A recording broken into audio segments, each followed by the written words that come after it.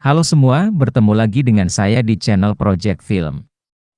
Untuk video kali ini saya akan menceritakan tentang film Baby Tet 2019. Baby Tet seolah-olah tentang seorang gadis remaja yang sekarat yang jatuh cinta untuk pertama kalinya, tetapi tentang itu berbeda dari yang sebenarnya. Ini adalah cerita tentang 4 orang yang menghadapi hal yang tidak terduga dalam hidup mereka, baik itu kanker, kehilangan, cinta. Karakter terkadang menghadapi yang tak terduga dengan anggun, dan terkadang dengan kebalikan dari rahmat. Mereka bertingkah, mengamuk, saling mendorong.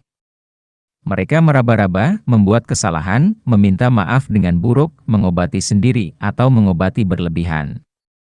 Melalui semua ini adalah perasaan pedih orang-orang yang bergumul dengan kehidupan tak berwujud, pengalaman dan tekstur fana hidup, momen-momen di antara garis yang membuat hidup layak dijalani.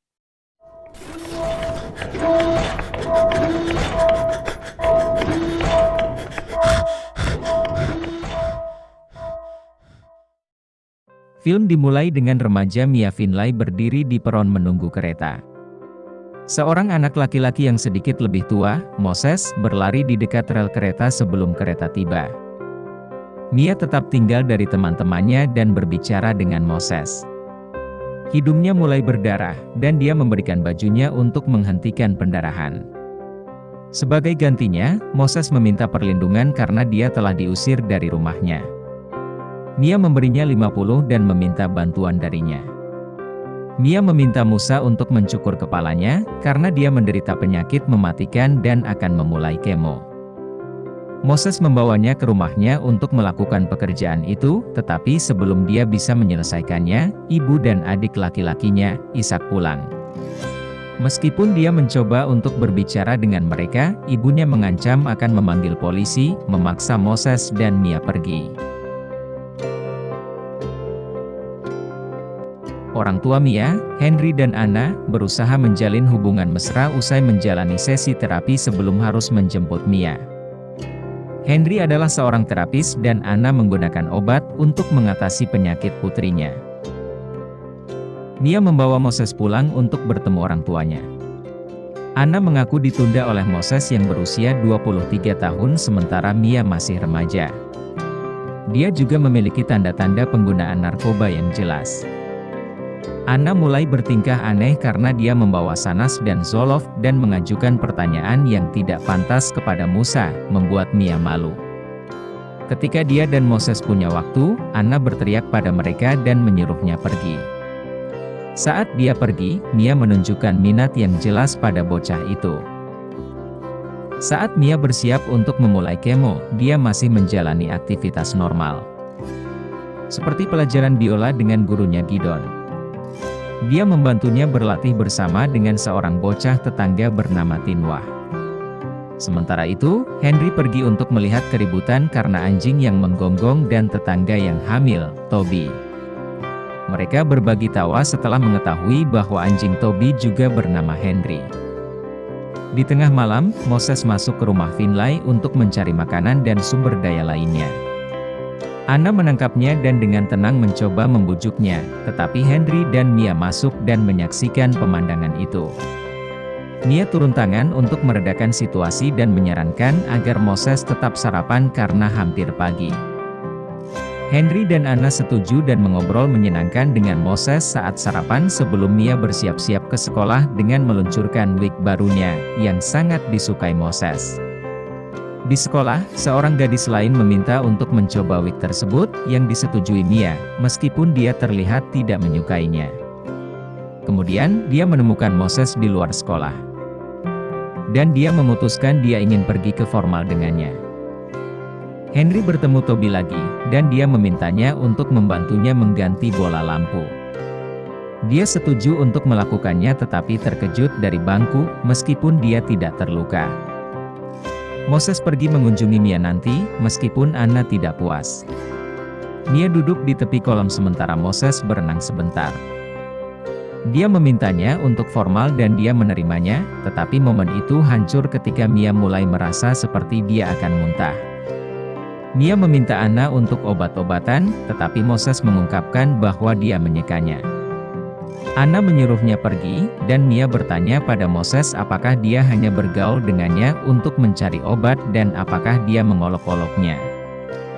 Dia mengangguk ya untuk obat itu tapi menggelengkan kepalanya untuk bagian kedua. Terlepas dari itu, Mia kemudian menemukan Moses bermain bola basket dengan teman-temannya dan bergabung dengannya saat dia pergi ke pekerjaannya di apotek. Moses kemudian membawa Mia ke pesta yang diselenggarakan oleh saudaranya.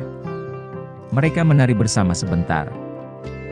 Tetapi gadis lain yang dikenal Moses muncul dan menciumnya yang membuat Mia kecewa. Dia berkeliaran di pesta dan bertemu dengan seorang wanita misterius yang bergerak mendekatinya sebentar saat mereka menatap lampu.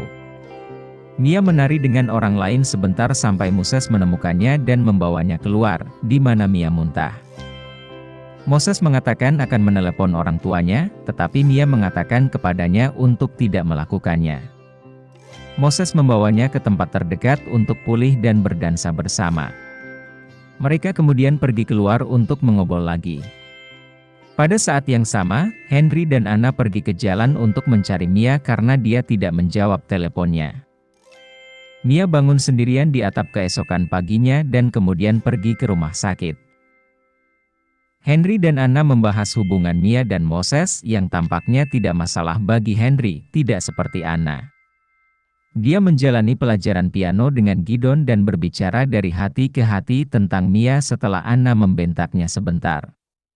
Sementara itu, Henry pergi ke rumah Toby lagi, dan setelah mengobrol, dia secara impulsif menciumnya. Henry segera menyesalinya meskipun dia tidak keberatan. Henry pulang dan duduk dengan penyesalan, dan meskipun dia tidak langsung mengatakannya, Anna tampaknya mengerti tetapi memaafkannya. Henry khawatir mereka kehilangan Mia, jadi dia pergi menemui Moses di pengadilan untuk menghadapinya karena meninggalkan Mia malam itu. Dengan berlinang air mata, Moses mengatakan kepadanya bahwa dia memang kembali untuknya tetapi segalanya menjadi kacau balau. Henry kemudian mengundang Moses untuk tinggal bersama mereka meskipun dia tidak menyukainya, hanya karena dia ingin Mia bahagia. Moses tetap bersama keluarga Finlayson dan membantu hal-hal seperti membuat makan malam. Segalanya berjalan baik dengannya dan Mia, dan mereka bahkan bersiap untuk pergi ke formal bersama sampai Mia mengetahui bahwa Henry menandatangani resep obat-obatan Moses dengan cara yang sama seperti dia dengan Anna. Mia mengomel kepada orang tuanya dan Moses memaksanya pergi karena menurutnya dia tidak terlalu peduli padanya. Dia pergi ke rumah lamanya untuk melihat Ishak lagi. Tapi dia sekali lagi diusir oleh ibu mereka. Dia kembali ke kamar Mia dan mengatakan kepadanya bahwa dia sangat peduli padanya dan bahwa dia tidak tahu apa yang akan dia lakukan jika dia meninggal. Mereka berbicara lebih banyak dan menghabiskan malam bersama. Orang tua Mia mengadakan pesta ulang tahun untuknya, mengundang semua tetangga. Usai perayaan, Mia dan Moses bersiap untuk berhubungan seks untuk pertama kalinya.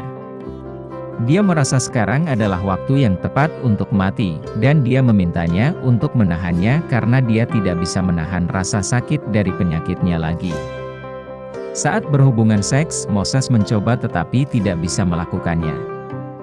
Mereka terus berhubungan seks sampai selesai. Paginya, Mia bangun dan berjalan keluar untuk melihat ke langit untuk terakhir kalinya dan mendengarkan burung-burung. Di pagi hari, Moses bangun di sebelah Mia. Dia mencoba untuk pergi tetapi ditanya oleh Anna apakah Mia sudah bangun. Moses tidak langsung mengatakan apa-apa, tetapi Henry tampaknya sudah tahu apa yang terjadi. Anna masuk ke kamar Mia untuk memberikan sarapan. Tapi ternyata Mila sudah mati. Saat dia keluar siap untuk meneriaki Moses, dia bersikeras bahwa dia sudah mati ketika dia bangun. Anna hancur dan Moses memeluknya, sementara Henry pergi ke kamar tidur untuk mencium putrinya untuk terakhir kalinya. Adegan terakhir adalah kilas balik yang memperlihatkan Musa dan keluarganya di pantai. Saat Mia mengambil foto Henry, Mila memintanya untuk menjaga Moses saat dia pergi, dan Henry setuju. Dia kemudian mengambil foto indah orang tuanya bersama. film pun selesai. Baby Ted sangat direkomendasikan bagi penggemar film bergenre coming of age. Kisah cinta antara Mia dan Moses penuh dengan kehangatan dan juga tragedi. Ditambah dengan drama yang ada pada keluarga Mia membuat film ini terasa sangat dekat dan personal. Baby Ted menunjukkan bagaimana cinta mampu memberikan keajaiban dalam hidup seseorang. Share pendapat kalian di bawah dan ikuti terus channel ini untuk mengetahui menarik seputar film lainnya. Terima kasih sudah menonton sampai selesai. Semoga bermanfaat dan bisa jadi bahan referensi. Sampai jumpa di video selanjutnya.